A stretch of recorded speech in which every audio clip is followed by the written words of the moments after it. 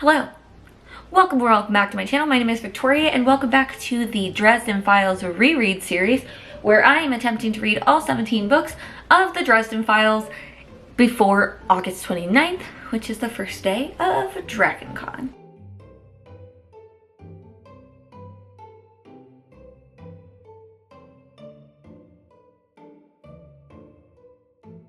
But for this video, we are going to be doing Jim Butcher's 5th book in the Dresden Files series, which is Death Mask. If you haven't seen these videos before, here's how this video goes. I am going to read you the description on the back, the little blurb here on the back, and then I'm going to make some guesses of what I recollect from this particular book, because as I mentioned, this is a reread, and then we get to reading. So let's go ahead and read this little blurb here and get to reading, shall we? Harry Dresden, Chicago's only practicing professional wizard, should be happy that business is pretty good for a change. But now he's getting more than he bargained for. A duel with the Red Court of Vampires champion who must kill Harry to end the war between vampires and wizards, professional hitmen using Harry for target practice, the missing shroud of Turin, a handless and headless corpse the Chicago police need identified, not to mention the return of Harry's ex-girlfriend Susan, who's still struggling with her semi-vampiric nature, and who seems to have a new man in her life. Some days it just doesn't pay to get out of bed, no matter how much you're charging. So that is the synopsis of Death Mask. What do I remember from this book? Not much. Not much. But the only thing I can say, we are gonna try this again. Is this the book where Butters comes in? No one's answered this for me yet. So unless someone puts that in the comments, I'm not looking it up. We're just gonna continue to be wrong until I'm right.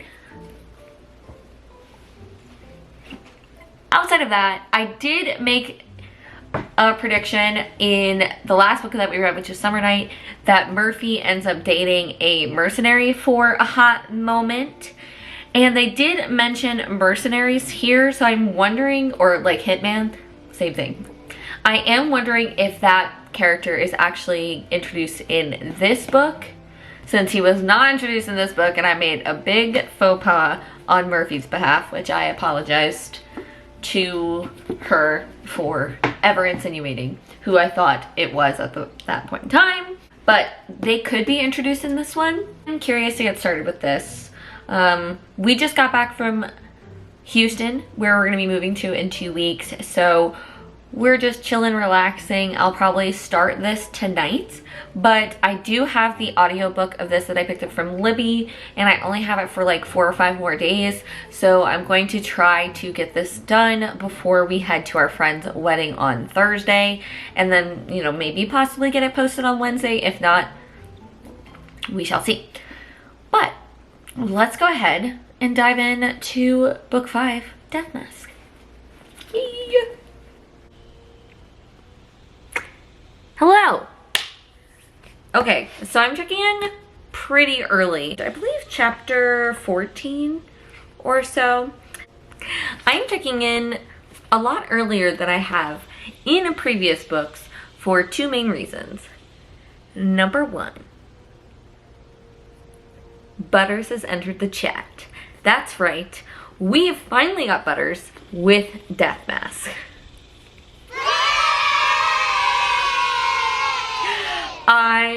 When Murphy called Harry, it was like, hey, I need you to meet me at the morgue. I was like, finally. And I know what you're thinking. Why is Butters one of your favorite characters? I don't know. Maybe it's the polka music. I don't know, but he always has been. So I was really excited to see that. I had to check in with you all to tell you that he's finally come. I've only been saying it for like 3 books now, and he's finally here. Also, on that note, some new characters have been introduced that when they were introduced, I was like, oh yeah, those people. So we've met the other 2 knights.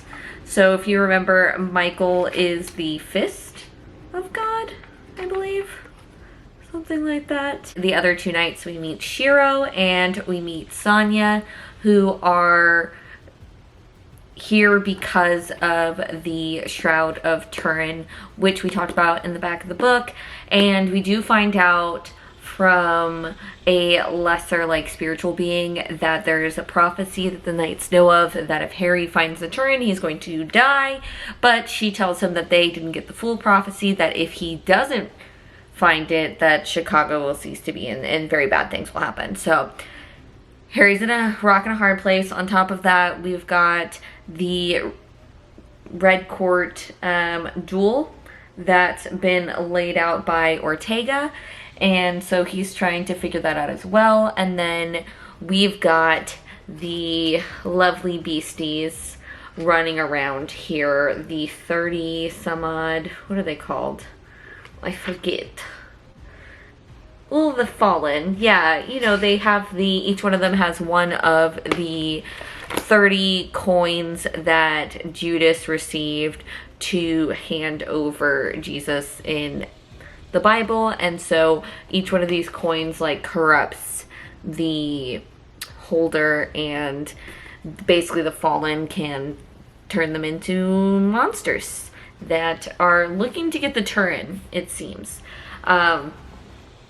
So all of that is going on, along with the death of some man who got, like, all of the plagues, just all of them.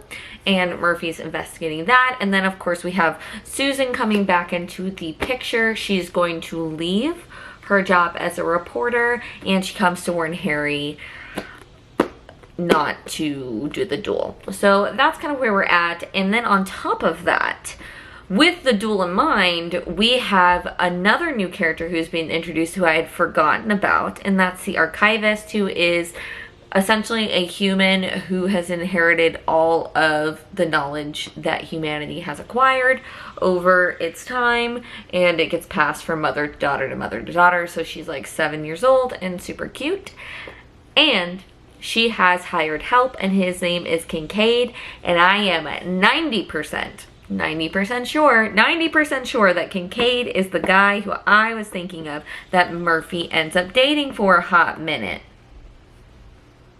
Pretty sure. As soon as his name, I was like, oh, that's him. That's the guy. That's the guy. That's the person I was thinking of. So again, apologies to Murphy about the slate thing, but I'm pretty sure it's Kincaid. Yes.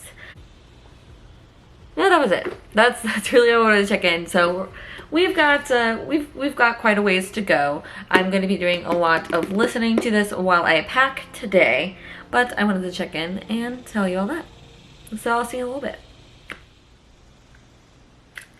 Hello. I've put on my cloud glasses because it's been some rainy days for Dresden in Death Mask. I finished this. I actually finished it on Wednesday. I finished it on Wednesday before we went to New Braunfels for a wedding, but I had a few minutes, so I figured I would go ahead and wrap up this little book with you before we move on to Blood Rights, which will probably be the last of the Dresden Files that I read this month. Just seeing how we're going, and considering we're moving a week from today, Saturday, that I'm filming this. So where we left off, I was chatting about Kincaid because I had a theory. We had just met Kincaid and we had just met Ivy, who is the archivist. And I had said that I think Kincaid is the fellow who Murphy ends up dating, which does not come up again in this book, by the way. They don't meet, but I'm pretty sure now. So, with that in mind, we've got the idea of the second.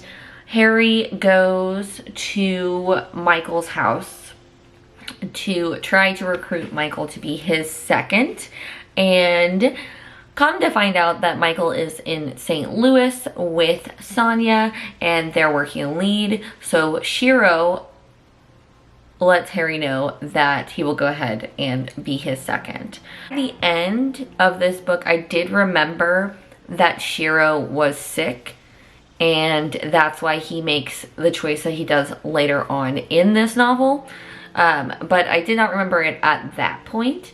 So, you know, we've got like those two conflicting storylines going with one another, and after Harry gets a second, he goes and looks for the shard, and he ends up on a yacht with a girl named Francesca, and then Anna, I believe, is the other woman, and they are part of the church mice group that stole the Shroud of Turin.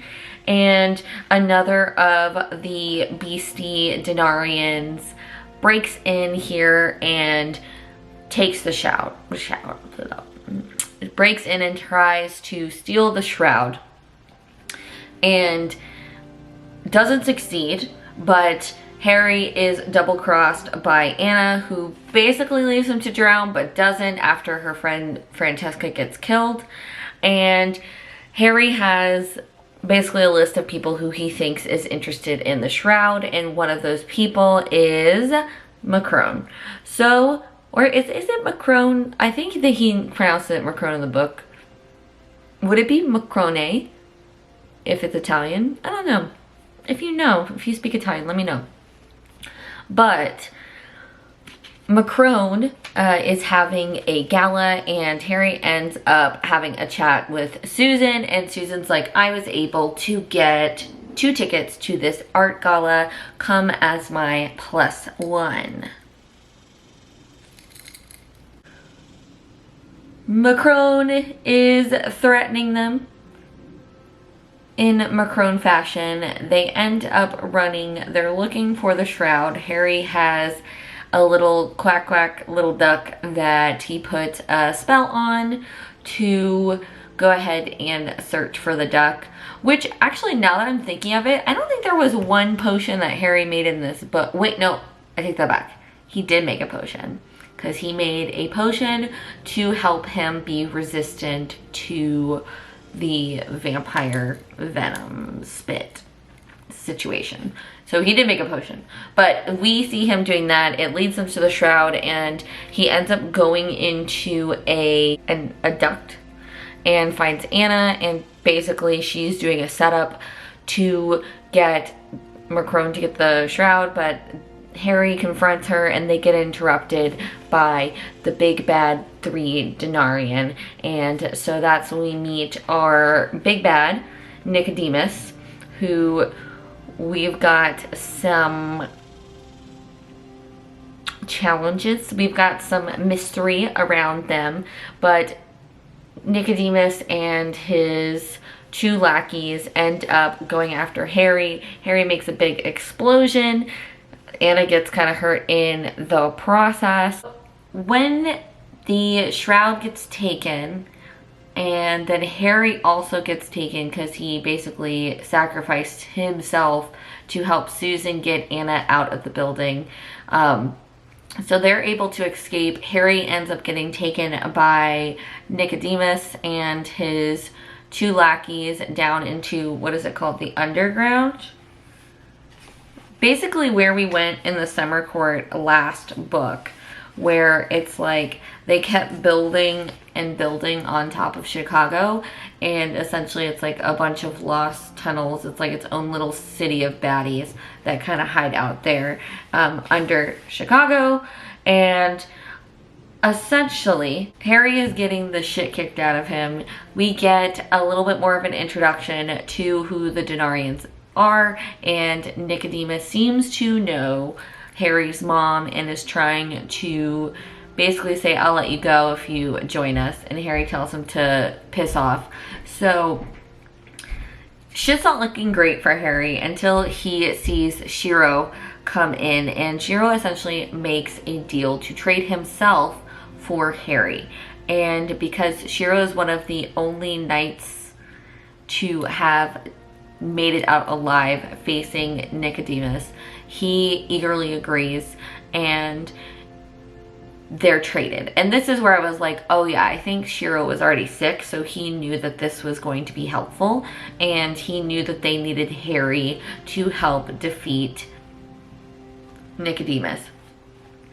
So all of that happens, and Susan comes with Shiro, and they end up escaping. Yes, all right, I had to remind myself because it's been a couple days. So they end up escaping with like just with the ounce of their lives in hand, and end up running off. We get to see Susan in full action with her half vampire baddie self, and she ends up revealing, essentially her body ends up revealing this big tattoo that we learn is from something called the Fellowship, which later on gets explained to be basically a group of these half vampire people who are trying to go up against the Red Court and stop them from doing all the bad things that they're doing. And so their tattoo essentially lets them know when they're getting like close to their limit. So Susan's getting very close to her limit. In Dresden, do like a full like car escape, similar to Susan and Dresden do like a full car escape, roll up, get real. Susan kind of takes all the impact. They get back into Harry's place, and Susan is at her peak. And we get some interesting, not safe for work content here. I don't remember them sleeping together as much when I was younger. I guess I just glossed over that part, which sounds about right. But here is where I was like, ah, okay, so this is where the things happen for things later on that will happen in the book relating to Susan. But again, I come back to what I said in the last two books, but I really don't know why I didn't like the Susan storyline. I think it might have just been a maturity thing, because I enjoyed this kind of wrap up of their storyline here, with them agreeing that they're not going to see each other, and despite their chemistry and feelings for one another. But what they end up doing helps Susan at least come down from the brink, and they're able to get a little bit of sleep. So after all that happens, they go back to Michael's house, and Michael and Sonia aren't there yet, but they are supposed to be coming. Something finally clicks for Harry, and that is because Father Forthill has a tattoo on his arm, and he realizes that Father Vincent doesn't have that tattoo. So he realizes that Father Vincent is a fraud and has basically been trying to get the Shroud with different means and kind of keep them off their trail this whole time.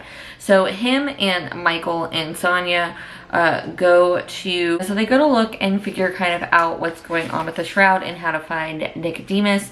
They end up confronting Father Vincent, who is Cassius, who is like the right-hand man on the Denarian's team, not the girly girl who's kind of like Medusa. And he basically tells them that they're going to go to the airport and spread this curse that we heard about earlier across all of Chicago, and cause death and despair and mayhem, and kind of build up his power, and just, you know, full anarchy and despair. To deal with the second half of this story, which is his duel with Ortega, it becomes clear that Ortega is not going to play fair, and he's going to shoot Harry when he realizes that he's losing. And with that, Susan's friend Martin takes a shot and all hell breaks loose. Hi. So I know that this video has been late and this edit is coming out tomorrow, but I did want to say that I forgot some important detail on Death Mask, and that was that Thomas was actually working with the Fellowship, and that is why he was Ortega's second, and that was how Martin was able to know what to go on and to shoot Ortega. I forgot that point, so I'm going to insert this in here. But yeah, okay, bye. Ivy and Kincaid ended up leaving, but they decided that Dresden had won, but we all know that things aren't going to go over well. But Harry doesn't have much time to figure it out. He has to leave Susan in the capable hands of Martin and head with Michael and Sonia to the airport. Unfortunately, they do end up finding Shiro, and Shiro is dying, but he essentially says like they needed Dresden to do what they needed to do, and they end up stopping Nicodemus from being able to get on the plane, so they end up getting on a train, and that's when good old boy Johnny McCrone comes in to help them with catching up with Nicodemus. So then we have Michael, Sonia, and McCrone in Dresden being helicoptered to this train, having a lovely train battle atop of that, and eventually getting the shroud and saving the day-ish and not dying from Nicodemus. Fortunately, all of our Knights of Wonder besides Shiro make it out, and McCrone ends up running off with the shroud. Harry ends up being able to finally track down McCrone and finds out the reason that McCrone wanted the shroud, and it was to heal a young girl who we would assume is his daughter, who's in a comatose state. So Harry lets him know that he will give him 3 days to try to see if the shroud can heal his daughter, and if not, McCrone will just drop it off to Father Forthill and it can be returned back to the Vatican. That's pretty much where it ends. We also do see Dresden being at Michael's, kind of hanging out at the end, and Nicodemus ends up throwing the coin that he offered to Harry earlier at little baby Harry, so he ends up picking up the coin, and I can't really remember why Harry ends up burying it in his basement under cement and then puts a circle on there opposed to just giving it to Michael. I feel like maybe he feels like if it's there, at least he knows that he's not going to be tempted with it again, supposedly. I don't know. I don't know if it was the best choice for Harry, but that is the choice that he made. And then of course we do have the big reveal of Shiro left notes for Harry and Michael and Sonia, basically saying that he was diagnosed with cancer, so he kind of knew that he was going to fulfill this half of the prophecy anyway. But that's the long and the short of Death Mask. I gave this one a 4.25. I really do like the Denarian storyline. And again, I enjoyed all the parts with Susan. It was interesting finding out, rediscovering what she was doing in the Fellowship and kind of seeing the conclusion to that. It was a fun time. I don't have anything else to say. I am so tired. So I'm gonna wrap this up now. But if you've read Death Mask, I'd love to hear your thoughts on it. Any of your favorite parts. I think for me, obviously seeing Butters, because I've been waiting for him. But I also really enjoyed being reintroduced to the Archivist. I think she is such an interesting concept, and like the little weird floating orb that they used in the duel was a fun time and kind of came out of nowhere, but it was such an interesting way to fight wills, was to just like push it back and forth. So I really enjoyed that, and it was fun to meet the other knights. I forgot that like Sonia is like an atheist, so that is a very curious thing. And then I do know that Harry is entrusted with Shiro's blade to give it to somebody who he thinks is worthy. And I know somebody who gets a sword, but I don't think it's that sword. So, yeah, I'm gonna leave it there. Drop in the comments what your favorite parts of this book were. And if not, feel free to drop like a coin emoji if you made it to the end of this video. And if you enjoyed my little ramblings, feel free to give it a thumbs up. And if you want to stick around for more Bookish Indoors content, I upload every Sunday and sometimes on Wednesdays. And until next time, I hope you read a good book, I hope you find some joy, and most importantly, I hope you do something to make the world a better place. And I'll see you in my next one. Bye!